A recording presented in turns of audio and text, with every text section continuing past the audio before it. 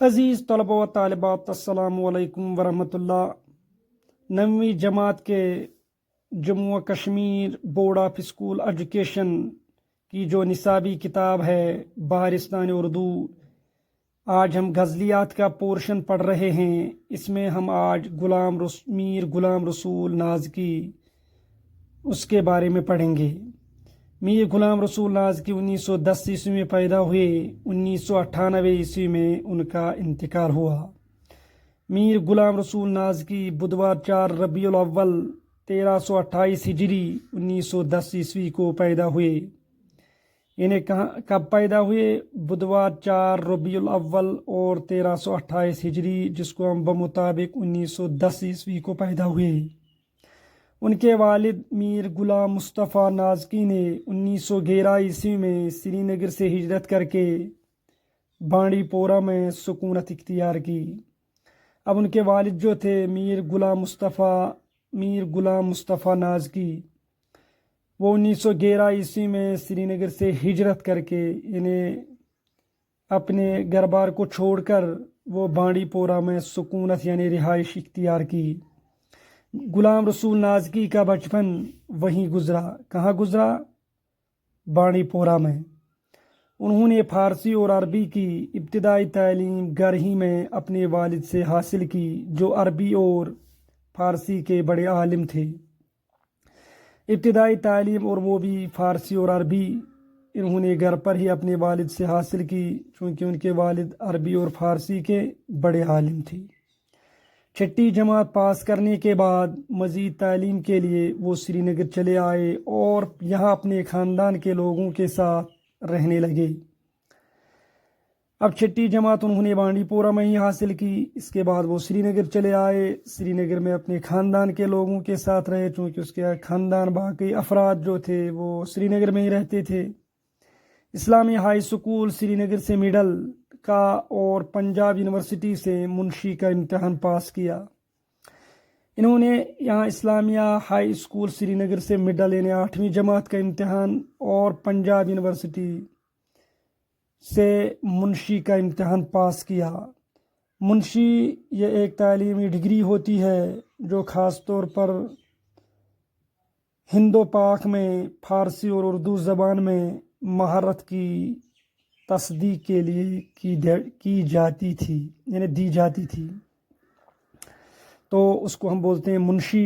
یہ ایک تعلیمی سند ہوتی ہے۔ بہرحال اس کا امتحان انہوں نے پاس کیا۔ کہاں؟ پنجاب یونیورسٹی میں۔ اس دوران والد کا سایہ ان کے سر سے اٹھ گیا تھا اور اب گھر میں آمدنی کا کوئی ذریعہ نہیں تھا۔ بہرحال تعلیمی سلسلے کے دوران ہی ان کے والد جو ہیں وہ فوت ہو جاتے ہیں۔ اب چونکہ گھر میں کمائی کا کوئی ذریعہ نہیں تھا، چنانچہ انہیں ہندوارہ میں عربی و فارسی کے استاد کی حیثیت سے ملازمت کرنا پڑی۔ بہرحال انہوں نے اب ہندوارہ میں عربی و فارسی کے استاد کی حیثیت سے ملازمت اختیار کی۔ ملازمت کے دوران ہی انہوں نے منشی عالم، میٹرک، منشی فاضل، ادیب فاضل اور FA کے امتحانات پاس کیے۔ بہرحال انہوں نے تعلیمی سلسلے کو منقطع نہیں کیا، بلکہ انہوں نے ملازمت کے دوران ہی منشی عالم، میٹرک، منشی فاضل، ادیب فاضل اور FA یہ سارے امتحانات پاس کیے۔ اب یہاں پر منشی عالم یہ اردو فارسی اور ابتدائی عربی زبان و ادب کی جو ہے تعلیم مکمل کرنے کی ڈگری ہے۔ اس کے بعد میٹرک ہو گیا 10th کلاس۔ منشی فاضل یہ منشی عالم سے تھوڑا اونچی ڈگری ہے۔ اس میں اردو، فارسی، عربی ادب، انشاء پردازی اور گرامر کا زیادہ گہرا مطالعہ شامل ہوتا ہے، اور ادیب فاضل ان دونوں سے اعلیٰ درجے کی سند ہے۔ اس میں اردو ادب، شاعری، نثر، تنقید، قواعد اور زبان کی گہری تعلیم دی جاتی ہے۔ اور FA first of arts TDC کو بولتے ہیں 12ویں جماعت کو، یہ امتحانات انہوں نے ملازمت کے دوران ہی پاس کیے۔ ادیب فاضل میں انہوں نے پنجاب یونیورسٹی میں دوسری پوزیشن حاصل کی۔ اس وقت ہند و پاک چونکہ اکٹھے ملک تھے تو پنجاب یونیورسٹی میں انہوں نے دوسری پوزیشن ادیب فاضل میں حاصل کی۔ اس سے اندازہ ہوتا ہے کہ آپ کتنے ذہین و فطین تھے۔ 1943 عیسوی میں مشہور ماہر تعلیم اور اس وقت کے ناظم تعلیمات خواجہ غلام السیدین نے نازکی صاحب کو لٹریری اسسٹنٹ بنا کر اپنے ساتھ رکھا اور علمی رسالے تعلیم جدید کا مدیر مقرر کیا۔ بہرحال 1943 عیسوی میں اس وقت یہاں پر جو ماہر تعلیم خواجہ غلام السیدین ناظم تعلیمات تھے، یعنی کشمیر کے ناظم تعلیمات تھے، انہوں نے اس کو لٹریری اسسٹنٹ بنا۔ لٹریری ہو گیا ادبی، اسسٹنٹ ہو گیا معاون۔ یہ ایک ایسا معاون یا اسسٹنٹ ہوتا ہے جو کسی مصنف، شاعر، ادیب کے ساتھ مل کر تحریری اور ادارتی کاموں میں مدد فراہم کرتا ہے، اس کو ہم لٹریری اسسٹنٹ بولتے ہیں۔ اور انہوں نے اس کو علمی رسالہ جو تعلیم جدید نکلتا تھا اس کا مدیر یعنی ایڈیٹر مقرر کیا۔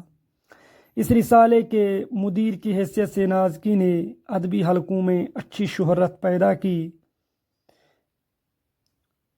یعنی اس رسالے میں مدیر کی حیثیت سے، ایڈیٹر کی حیثیت سے انہوں نے ادبی حلقوں میں اچھی ناموری پیدا کی۔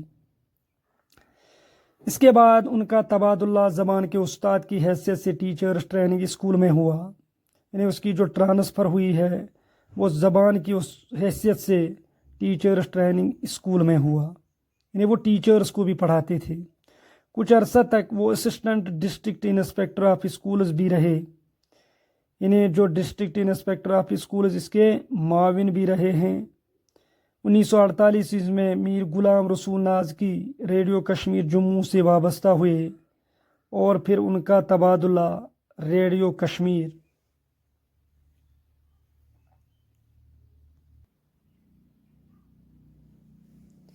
سری نگر میں ہوا، جہاں سے وہ ملازمت سے سبکدوش ہو کر وظیفہ یاب ہوئے اور 16 مارچ 1998 عیسوی کو انتقال کر گئے۔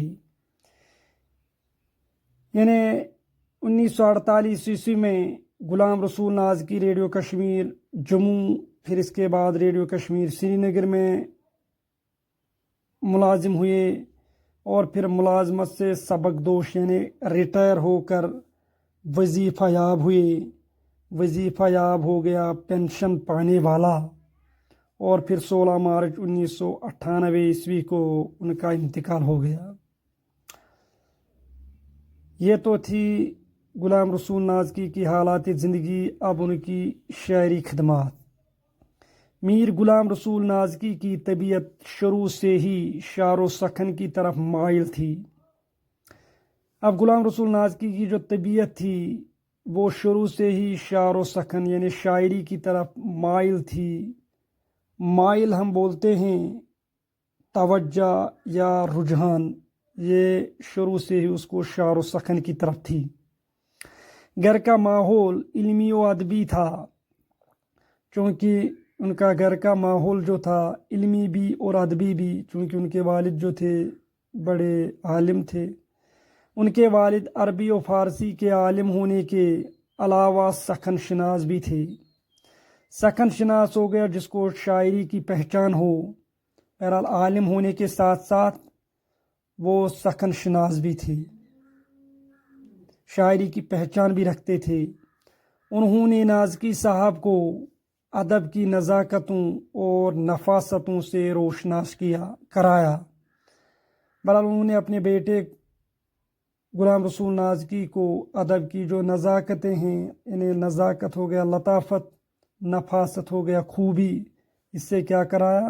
روشناس یعنی واقف کرایا۔ محمد حسین آزاد کی تصنیف آب حیات کے مطالعہ نے انہیں اردو شاعری کا گرویدہ بنایا۔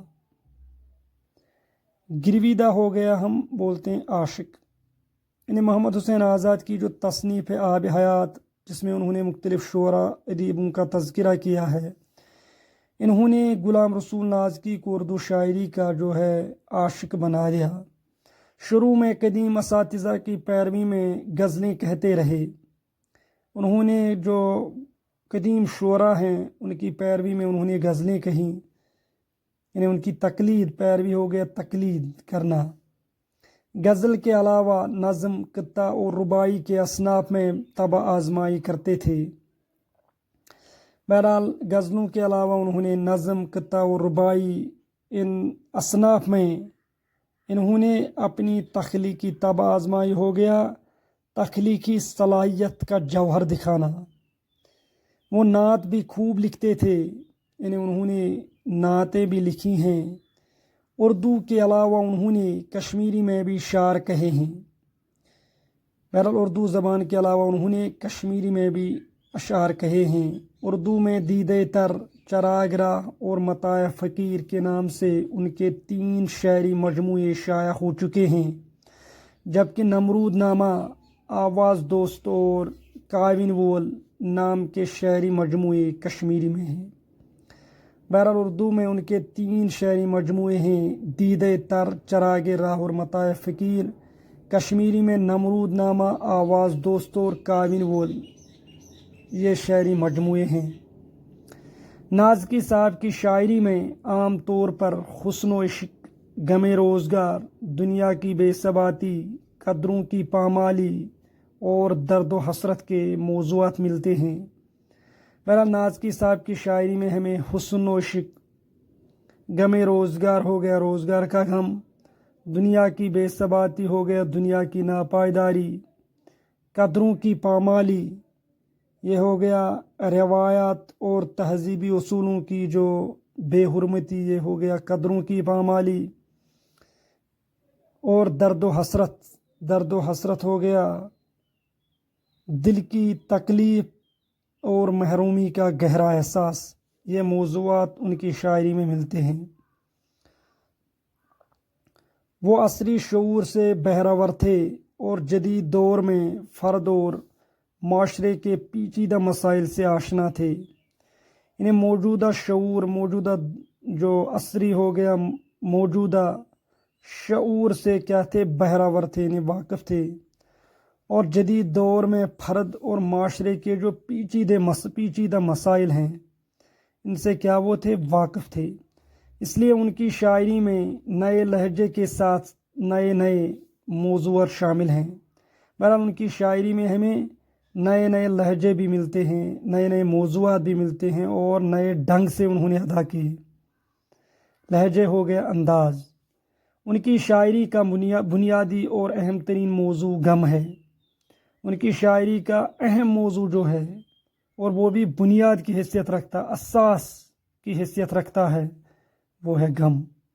وہ غم کو زندگی کی اہم ترین حقیقت مانتے ہیں۔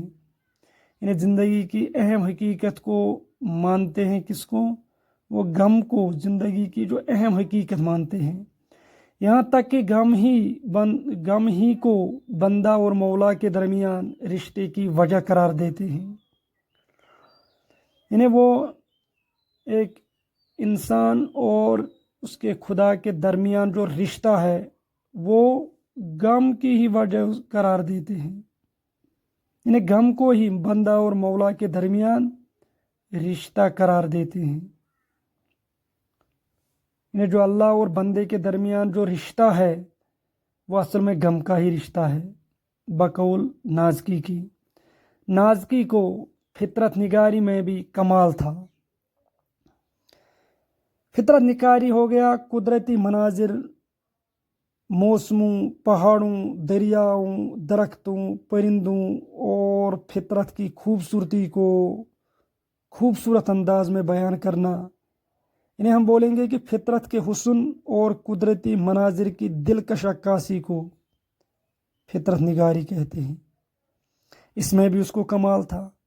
وادی کشمیر کے دلفریب مناظر سے انہیں جو تحریک ملی ہے، اس کی بدولت انہوں نے اپنی شاعری میں منظر نگاری کے عمدہ نمونے پیش کیے ہیں۔ میرا وادی کشمیر کے جو دلفریب مناظر ہے، دل کو موہ لینے والے جو نظارے ہیں، ان سے جو ان کو تحریک ملی ہے، حرکت ملی ہے، اس کی بدولت جو ہے ان کی شاعری میں منظر نگاری ہو گیا۔ شاعری میں الفاظ کی مدد سے کسی قدرتی منظر، موسم یا کیفیت کی ایسی عکاسی کرنا کہ جو پڑھنے والا ہے وہ خود اس منظر کو محسوس کرے، اس منظر میں اپنے آپ کو محسوس کرے، تو اس کو ہم بولتے ہیں منظر نگاری۔ تو یہ تو تھی غلام رسول نازکی کی حالاتی زندگی اور شہری خدمات۔